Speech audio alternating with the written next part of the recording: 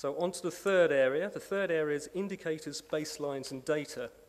Now, choice of indicators is crucial, of course, and most humanitarians choose a mix of indicators according to their own monitoring and evaluation systems and their aims and objectives. A choice of this nature involves value judgments about what kind of changes are significant and, most importantly, for whom. And this will inevitably reflect the very different motivations for doing impact assessment in the first place. Now, one of the key points that comes up time and time again is the difficulty of moving from outputs to outcomes. Now, Michael Quinn Patton sums up the dilemma in the following way. The familiar adage, "You can lead a horse to water, but you can't make it drink," illuminates the challenge of committing to outcomes. Now, the desired outcome is that the horse drinks the water. Longer-term outcomes are that the horse stays healthy and works effectively.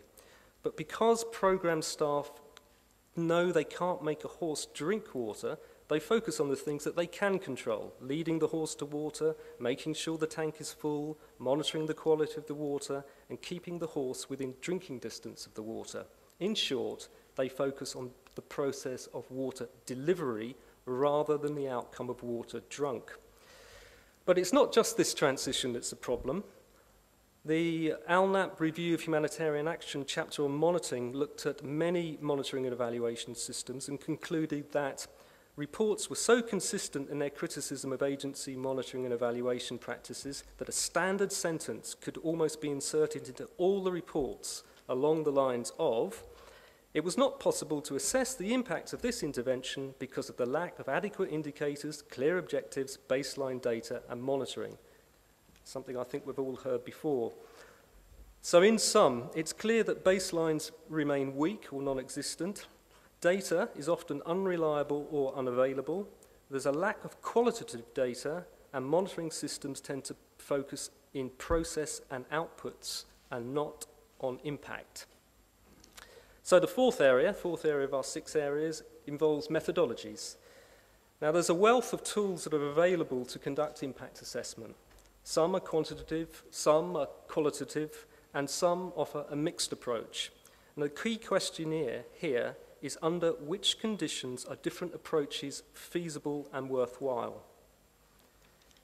Now, as a rule of thumb, quantitative methods are able to tackle what and where questions.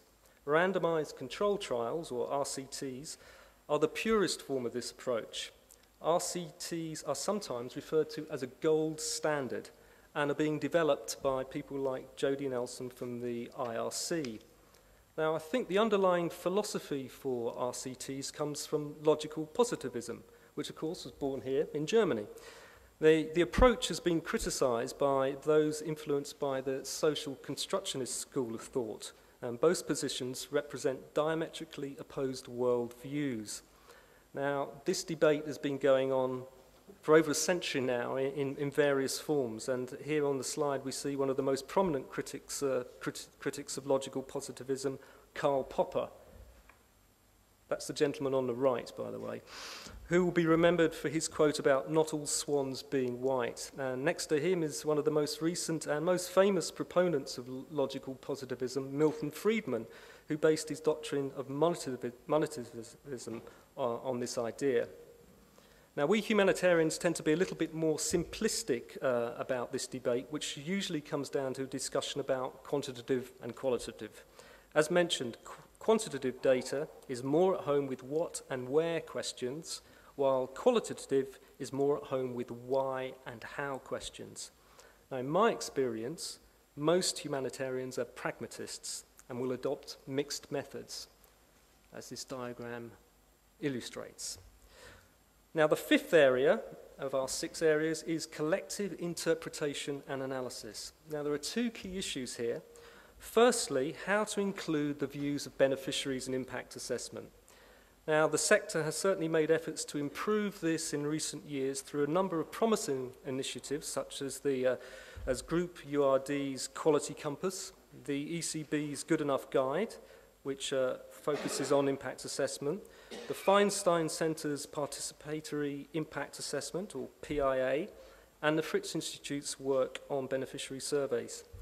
Nevertheless, there is still a long way to go, and a fair amount of evaluative evidence suggests that there's still a significant gap between agency, rhetoric, and practice.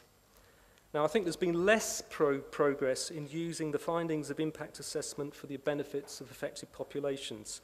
Now, ALNAP has already highlighted this in the Review of Humanitarian chapter on the utilisation of evaluations, and there's still a very, very long way to go before this aspiration is realised. And finally, the sixth area is about capacities and incentives.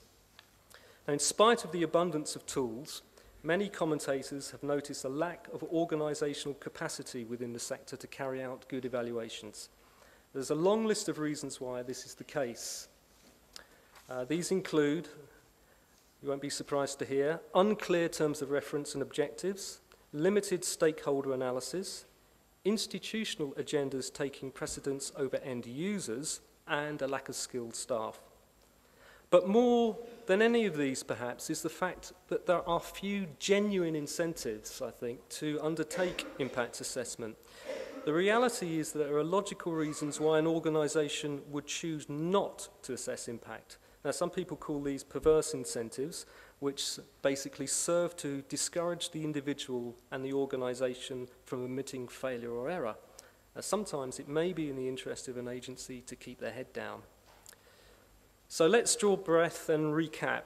The 6 challenges I've just run through are defining impact assessment, diverse stakeholders and interests, indicators, baselines and data, methodologies, collective interpretation and analysis, and capacities and incentives. So what does it all add up to? Well, 4 years ago, a member of our ALNAP steering committee wrote the following.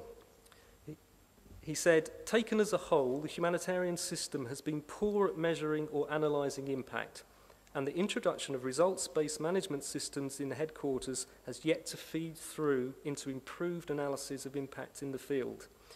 It is arguable, I think, that there has been any significant underinvestment in impact assessment. And since then, I would suggest, this is me speaking now, not him, that little progress has been made, and we now need to take a solid step forward. The question is, how do we do this realistically and sensibly? I think the answer to this is in our hands. So, the 6 challenges, can we just go back, Francisca, sorry, just to go back to these 6, these are the 6 challenges that we need to address. And I hope that they will provide you with a useful guide for the buzz groups and the workshops. And let's see where we get to by 6 o'clock this afternoon. And finally, I'd like to thank Ben and Karen for this background paper, which I think you will agree has very successfully summarised a huge amount of literature and complexity in a very straightforward and lucid way. Thank you very much.